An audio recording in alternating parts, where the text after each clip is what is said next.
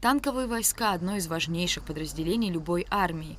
В истории нашей страны, в истории победы, достигнутой ценой больших потерь, танкисты сыграли одну из важнейших ролей. Мне было 31. Да. Я до этого советскую армию проходил танкистом. И, в общем-то, моя профессия танкист, военная профессия. Да, я после института освободился лейтенантом, командиром взвода танковой роты. Потом война, потом это все. Тимур Зантария – герой Абхазии, прошедший всю войну. В страшные и трагичные дни начала войны никто не раздумывал ни секунды. Как рассказал Тимур Зантария, ребята сразу взяли оружие и встали на защиту Родины. Первый грузинский танк был подбит на Красном мосту в первый же день войны. У абхазской армии тяжелого вооружения не было, и приходилось, по словам Тимура Зантария, идти на многие ухищрения, чтобы хоть немного уравновесить силы. Там у нас пригорок, и я увидел, как вертолет обстреливает Красном мосту, произвел выстрелы. И сразу побежал к телевизору, и там Владислав Григорьевич выступал. И мы, ребята, сразу же пошли в 8-й полк, там, чтобы приобрести оружие. Первый подбитый танк, это после Гагры, мы в районе Гребешка встретили танк, который нас подбил в Колхиде. Под пушкой дыра такая образовалась, мы там чуть не задохнулись и так далее, но механик сумел выйти из поворота, дать назад. Там люки открыли, вентиляция какая-то пошла. Но нам потом пришлось этот танк в Бызыбе транспортировать, и там его разработать, вот это все. И с такой дыркой под пушкой мы вернулись утром и продолжили дальше. Тимур Зантария также поделился. Танковые войска играют одну из ведущих ролей в боевых действиях, и потому танкисты всегда находятся под прицельным вниманием врага. В первую очередь охотились на нас.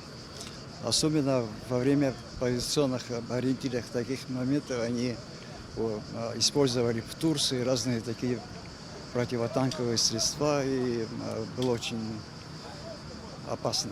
Сегодня, встречаясь с боевыми товарищами, каждый чувствует одновременно радость и грусть. Тяжелая ноша потерь навсегда осталась в сердцах, умах и душах тех, кто сегодня, склоняя головы, отдает дань памяти ушедшим товарищам. Знаете, такая была задача 2 БМП, чтобы передали наступающей группе здесь, когда Штормская операция была. И когда я такую задачу поставил, у нас в роте выехали совсем молодые ребята, которые в боях не участвовали. И я с одного экипажа снял командира, сам туда сел, и на спуске подорвались. При этом погиб парень, ему только 18, перед этим исполнилось, Ахра Лакарба Петрович. Ребята, которые на этом танке, что сейчас танк стоит, я лично их с ребятами обучал. Мы этот танк взяли после Гагры, и экипаж. В этом танке еще сперва был Тимур Бранзе. Это самый первый командир. Михаил Гогия прошел всю войну на Восточном фронте. Был заместителем командира по бронетанковой службе, а начался путь бойца под командованием Зазы Зантария, который попросил его ремонтировать подбитые танки. В те тяжелые мрачные дни наша армия могла рассчитывать только на этот способ приобретения столь важной на поле боя техники. Мы за всю войну отремонтировали 8 танков. И 3 БМП у нас было. И 2 БРДМ. А в начале у нас ни одного не было. Все это было трофейное. И вот в конце войны мы вот здесь на Кодоре встретились с этими танками с Западным фронтом. И вот вместе мы дошли до Ингура. И запчастей тоже не было. Но приходилось вот с поля боя вытаскивать. С риском, конечно, это было все связано. Ребята нас охраняли, наши друзья. Вот. Мы с трудом, конечно, вытаскивали. Некоторые танки чинили, а другие пускали на запчасти. Как рассказал Михаил Гогия, каждый год, собираясь у памятника танкистам с боевыми товарищами, он чувствует и радость, и горечь, и, что особенно важно, благодарность. Когда вижу своих друзей, во-первых, я их уже не узнаю, мы все повзрослели.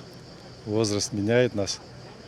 А когда я их вижу, ну, мы радуемся, что еще живы, конечно. Вот, тогда было сложно выжить. Ну и спасибо тем ребятам, которые вот сейчас вот здесь мы у обелиска стоим. Благодаря их мы, наверное, и живы. Благодаря таких ребят, которые не жалели себя, рвались в бой за Родину, за нас, за наших детей. Первое время этой ужасающей войны абхазская армия отбивалась от танков, самолетов и вертолетов охотничьим оружием или автоматами Калашникова, которых было напересчет. Защищать родину пришлось простым ребятам без военной техники, подготовки или плана. Благодаря смелости и готовности идти на самопожертвование ради страны, родного дома и будущего поколения, абхазская армия становилась сильнее и опытнее. И во многом этот путь прокладывался гусеничной лентой трофейного танка. А потому подвиг каждого танкиста неоценим. Рада Чачава, Заур Кварчия, Абхазское телевидение.